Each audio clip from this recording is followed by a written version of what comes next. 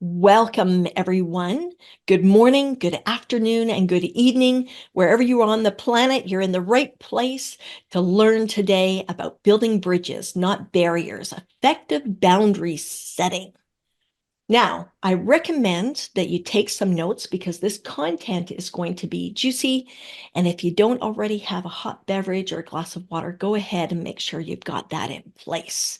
I'd like to introduce Glynis E. Devine. Glynis is the President and Chief Empowerment Officer of She Suite Leaders. Welcome, Glynis. Hello, everybody. I appreciate being here and thank you to my host. I'd like to introduce you to her. Her name is Jen DeTracey. Jen is an Elevate Results coach and strategist for small business owners and leaders. Jen, I'm thrilled that you invited me today. Jen will share 3 techniques with us today: the great pause, creating space for both no and yes, and the whole concept around borrowing time. Before I cover these techniques, let's start with effective boundary setting tools by the one and only Glynis E. Devine. Thanks, Jen. Well, today is kind of interesting because when I'm speaking professionally to an audience, I tend to tell a lot of stories. Today is the first time I'm telling this story. And it happened 20 years ago, Jen, and it was so impactful that it had a lasting effect on my behavior. I was meeting my very treasured friend Anna downtown for lunch, and typical of that era of my life, I was late again. And I was late because I had taken too much time for the time that I had. I had a real problem with saying no in that era. And if you're listening, please type into the chat, "I hear you, sister," if this speaks to you. I would say yes to a lot of different commitments. Anyhow, I walked into the restaurant and saw my wise friend Anna smiling at me as I blew in like a hurricane. She smiled sincerely and sweetly, and she gently said, "So tell me, my little ray of sunshine, what was more important than this that you were doing?" I'll repeat it so you can imagine the sting in my heart those words made. What was more important than this that you were doing that made you late? Ouch. At the time, I blustered off a whole stream of excuses, and she dropped it, and so did I, which I was grateful for until I got back in the car. And I just sat there and sobbed. It was that Anna thought that she wasn't important to me, that something else had kept me and it was more important, or I'd have been there on time. And I realized maybe the other people in my life who I loved were thinking the exact same thing. Unfortunately, Jen, at the time, I was the one who was always the last parent to pick my kids up. And when we'd go on date night, my husband was always the one at the restaurant first. It was rarely me, and I was usually blustering in like a hurricane again. So at the time, I was just thinking, I wonder who feels as second fiddle to me as that. So in the last 20 years since that happened, I've worked really consciously to be on time. And Jen, hear my heart. I'm a work in progress. Sometimes I nail it and sometimes I suck at it. When I started to look at what I was saying yes to, too many times I felt resentful for the things that I said yes to because they weren't filling me up. So that was a big aha. And again, listeners, if you're listening to this thinking, yeah, I know what you mean. I've been doing something that I shouldn't be doing, that I said yes to, that really ticked me off. I should have just said no. Please type in the chat. It's nice to know you're not alone. Shortly after my lunch with Anna and that mind shifting moment, I was introduced to the concept of core motive. And that helps me now to know what to say yes and no to. And it impacted me so much that I've been researching motive for the last 20 years. And it's now the foundation, as you know, Jen, of what I do in my leadership series, which is understanding why we do what we do. When we understand why we do what we do, we can do what we do better, with more energy, with more authenticity, way less resentment, and a lot more joy. I lead a women's empowerment retreat. It's called Your Soul Journey. And one of the many discovery tools that we use all week that week is core motive. And it's so powerful that I recommend it always for my executive coaching clients. And it's based on the work of Dr. Taylor Hartman, who says that human beings are born with one of 4 core motives stamped on their DNA. And Jen, I'll just say as a spoiler alert to the listeners, if you're listening to this and you're interested why you do what you do, I'm happy to share the link to the free assessment in the chat. What's cool about this is Dr. Taylor Hartman says we're a blend of all 4, but one of those 4 is our driving core motive. And it's what drives us to make the decisions that we make, to see the world as we see it, and helps us understand our boundaries a lot when we honor it. When I'm speaking, one of the stories I tell is sitting around the table with 4 of my colleagues. Lunchtime comes around and my friend Janet stands up and she says, "We need to eat. Everybody likes pizza, right?" And off she goes. My friend Mark, who turns around and says, wait, was that even a question? Let's do this properly. Is anyone gluten intolerant? Does anybody have any food allergies? Do we need to go to a place with lactose-free cheese? Meanwhile, I look across the table and my friend Susanna's taking out a bag of almonds and she starts eating.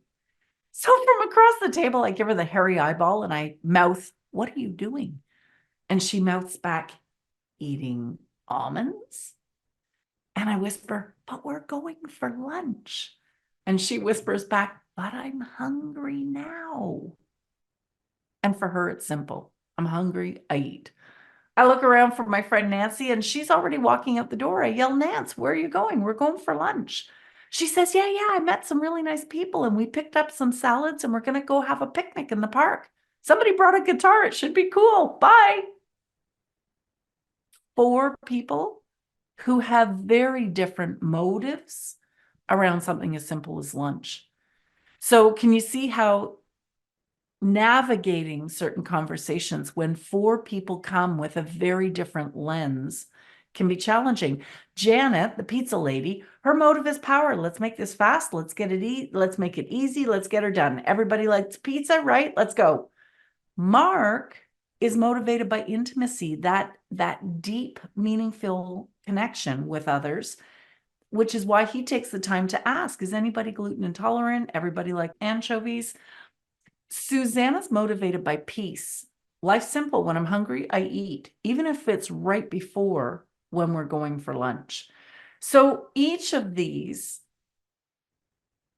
puts a different lens on lunch. So you can imagine how when we see things differently, it changes how we set boundaries, right? So can you see, Jen, how the lens that we come to the table with when we're making requests on other people or when they're making requests of us can change how we see the world and how we make decisions? Yes, and just if you could recap those 4 motives, I'd love to hear them again, just what each one is. With pleasure, thanks. So Janet, the pizza lady, is power. Mark, the inclusive, make sure to connect everybody, is motivated by intimacy. Susanna's, I eat when I'm hungry, is peace. And Nancy, all about the fun, is fun. So power, intimacy, peace, and fun. And we have all 4 in us. One is the core driving motive. Jen, I know you have a couple to add to this, and I love one in particular that I've been practicing since we started using this. Over to you. Okay, well, before we jump over to me, I'm just really curious, Glynis, which one are you of the 4? I just have to know because, here you are teaching us about it, and now I want to go, under the hood and find out. Oh, that's too funny. So no surprise, Jen. My core motive is fun. And And while that sounds easy to just say, well, I'm only going to say yes to the fun things, sometimes we get paid for the unfun things. So we do need to understand what drives us, understanding that making it fun, even when it's something that that doesn't necessarily juice me, is important. So I'll turn things into a game. That's just a teaser. Yeah. Yeah, I love that. I love that. And that's something that as a coach, an Elevate Results coach, looking at how to make something work for somebody, because like you said, there are things that we have to do sometimes that we don't want to do as part of our life. So how can we reframe those in a way that fits? So today, as I jump into talking about the great pause, before I do that, I want to share with you that last week, and Glynis, this is an interesting story, and you've probably heard these kind of stories before if you've ever worked with a startup in your life. I was coaching a client, Sandy, and we were having a conversation about her business from 2023. And we were debriefing on what was working and what wasn't working. And we came up with 4 things that needed to change in that business. And I asked Sandy, which one do you think is the most important? And she said, well, we need to stop providing this feature to our members at all 3 levels of payment unless they go over to enterprise. And I could see the trepidation on her face. This is something that is personal to her as a startup business owner. And the reason why she was struggling with this is because, number one, it was something that people were using or customers are using in the business. They're benefiting from this feature. The problem was that this particular feature, as part of the list of all the things they get in their monthly payment, was costing Sandy's business more than what they were getting paid from the clients unless they moved to enterprise.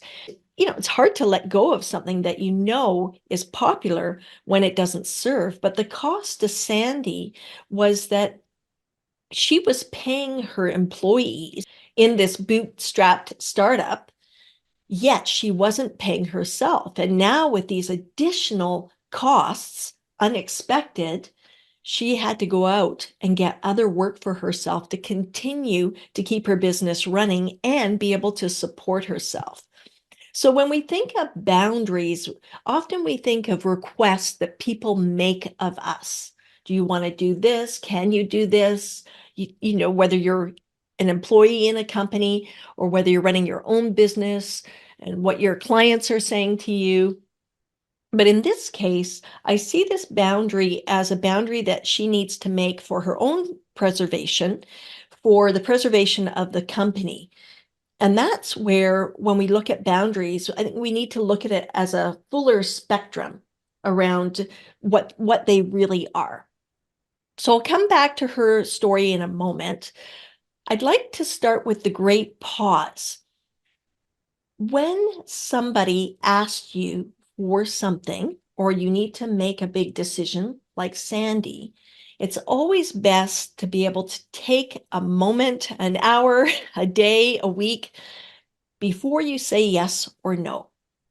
And the reason is, in the moment when you don't have a chance to relax into thinking about that decision, often the gut response will come first.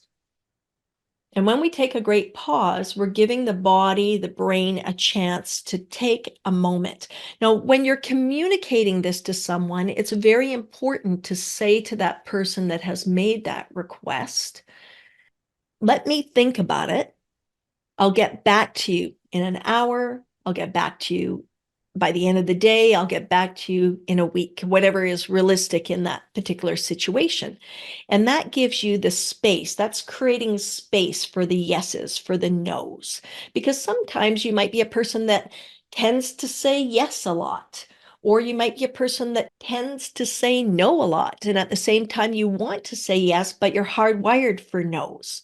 So by taking that pause, you're really creating an opportunity to decide for yourself, maybe even checking in with your motive and seeing if it resonates, if you're aligned with that. The other thing is, if you think about it, when you get up from your desk, whether you work from home or in an office, and you go get yourself a glass of water or take a bathroom break or just stretch or do something, or even go wash a couple of dishes in the sink, that's when great ideas come. That's because your brain is settling and relaxing and giving space. And that's a great when you can have that space to make that decision. When I'm working with clients as a coach, what I'm doing is I'm hearing what they're saying. A client is saying, like Sandy, and I'm saying it back to her. And when we can hear things back from a coach or another person, the power of that is immeasurable, because the fact is that we can't analyze or process our own thoughts in the same way as when we hear it back or have the space. And that's the beauty of having support from a coach. Now, boring time. I love boring time. It's a concept I learned through my coach training. And the concept is that you're going to take time away from something else on your calendar. For example, with me, I love my morning routine. I roll out my mat. I do my stretches. Right now, it's stretches around exercises from my physiotherapist. Not the most fun, but they will result in a more comfortable body. I do meditation and often reading and inspirational stuff in the morning. And that's a sacred time for me. And if I don't do it first thing in the morning, it ain't going to happen.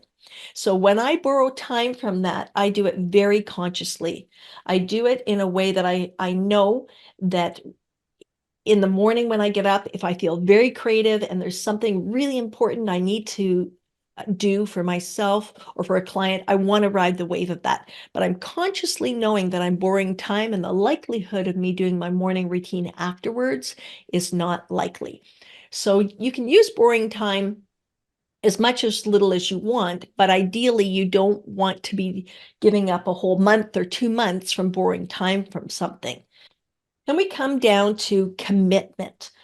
When I talked to Sandy about when was she going to notify her clients about the change, she said mid-February. And I said, when are you going to stop the service? End of March. Okay, so you've got a really clear runway and a cutoff time. It's much easier to make a commitment on something if you have that. And if you put that commitment in your calendar, you're increasing your level of commitment. We look at commitment on a scale of 1 to 10, 1 being low and 10 being fully and completely committed. So if you check in with yourself on a request or a decision and you go, well, right now I'm at a 2, that doesn't sound like you're at a place of commitment to say yes or make that change yet. And that's when you need to ask yourself the question, how can I increase my commitment? And often when I work with clients and they have an activity that they want to do or that they're committed to, I'll ask them this question and they might say, well, I'm at a 6. And my question to them is, okay, you're at a 6 in terms of commitment. What's one thing you could do to get yourself up to a 7 in terms of commitment? And often that is putting in a notification on their phone and their calendar to remind them. So it really makes a difference to put things on your calendar. Ideally, if you can have your calendar, have your personal life and your work life on it, that is most important, because then you have a total bird's eye view of everything. And when someone asks you if you can do something, then you can look at your calendar and you don't have to go to your business calendar and your personal calendar and try and sort that out. So it makes a big, big difference. Now, if you go to your calendar and it has everything on it, and someone asks you for a favor, and you look at your calendar and there's no space, even though you want to say yes, what does that tell you? Unless you borrow time from somewhere, you're not going to be able to make it happen. And lastly, I'd like to talk about changing your mind. I have agreements that I make with friends, sometimes colleagues, around this. There's 2 parts to it. The first part is I might say to my friend Deneen, I'd love to go for a hike with you on Saturday. And today is Wednesday, but I'm having a very busy week and my energy is a bit low. What day could I get back to you and say yes or no? Right now, I want to say yes, but I might need to say no. So it's a dialogue between me and my friend, and we're working it out and we're making an agreement. But I'm giving the caveat that I might have to say no up front. And then there's an understanding between us. Now, in the situation where you may have a family crisis or you just don't have the capacity or bandwidth and you need to change your mind, then the question becomes, can you give yourself permission to allow yourself to change your mind? And I think that's a very important piece to consider. One way you can deal with that is you can go back to that person again. Every time you say yes to something, you're making an agreement with someone. So I go back to a friend and I say, I just can't go to the play on Friday. I'm really sorry. I just don't have the bandwidth to do it. It's been a really tough week for me. I'm willing to pay for my own ticket. And if you can't find someone else or you decide not to go, I'll pay for both tickets. And then you see how the other person responds and you're negotiating an agreement between you. So basically, you made an initial agreement about what you're going to do together. And now you're modifying the agreement with each other. So having that communication really is important. And if we go back to Sandy, her commitment increased because she put her runway on the calendar. She has a coach to support her, and she knows her why as to what she's doing. And because she had someone to talk it out with and support her in that way, she was able to have a bit of a pause before deciding which aspect of her business that she needed to make the most important change. I tend to respond very quickly to get it off my desk. And the opportunity to collaborate with you on this was hugely beneficial when you introduced me to the great pause, because I don't think of that as an option, taking time to think about it. I know it's not rocket science, but it was for me. So it was like permission to think about it first and weigh it against my motive and weigh it against my other commitments. That was huge. Thanks, Jen. Yeah, thanks for sharing, Glynis. So what we'd like to offer all of you is a chance to write in the comments below. Write down what your biggest takeaway is, what stood out for you the most, the biggest learning that you had. And Glynis, I know you have something else to add to that, just to up it a notch. Absolutely.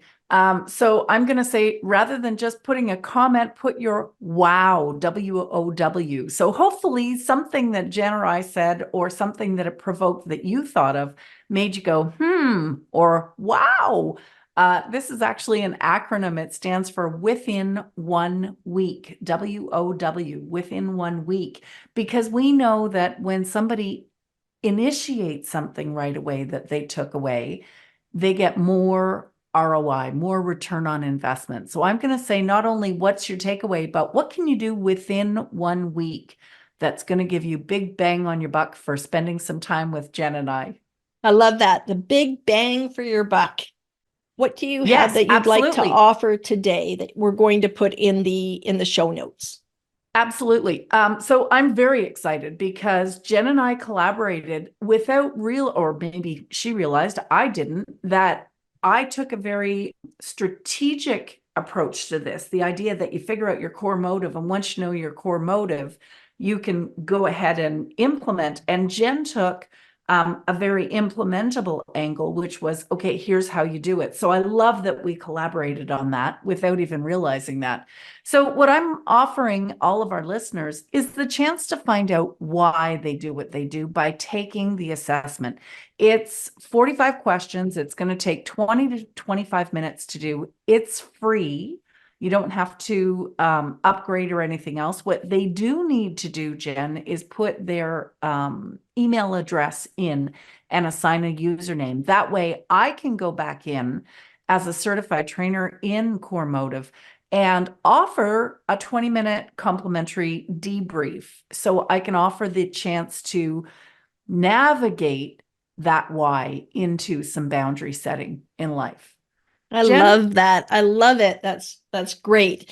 Yeah. And so for myself, let's carry on this conversation in changing your ways or habit systems around boundaries. Building those bridges, not barriers, to effective boundary setting takes practice. And having support around that can really make a difference. So if you really liked one element of what you've learned today around the things that I've talked about, the great pause, boring time, calendar, commitment, changing your mind, all of those things, having those conversations about how to communicate around that to others, then I would like to offer you a complimentary coaching session so we can work deeper on what you learned today and really take you to a place of having what you need to test drive and move forward in an effective way. So I will put a calendar link below, and in that calendar heroes link will be Boundaries with Jen.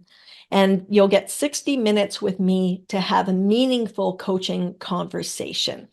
That's huge, Jen, because as you mentioned, we tend to revert to habit.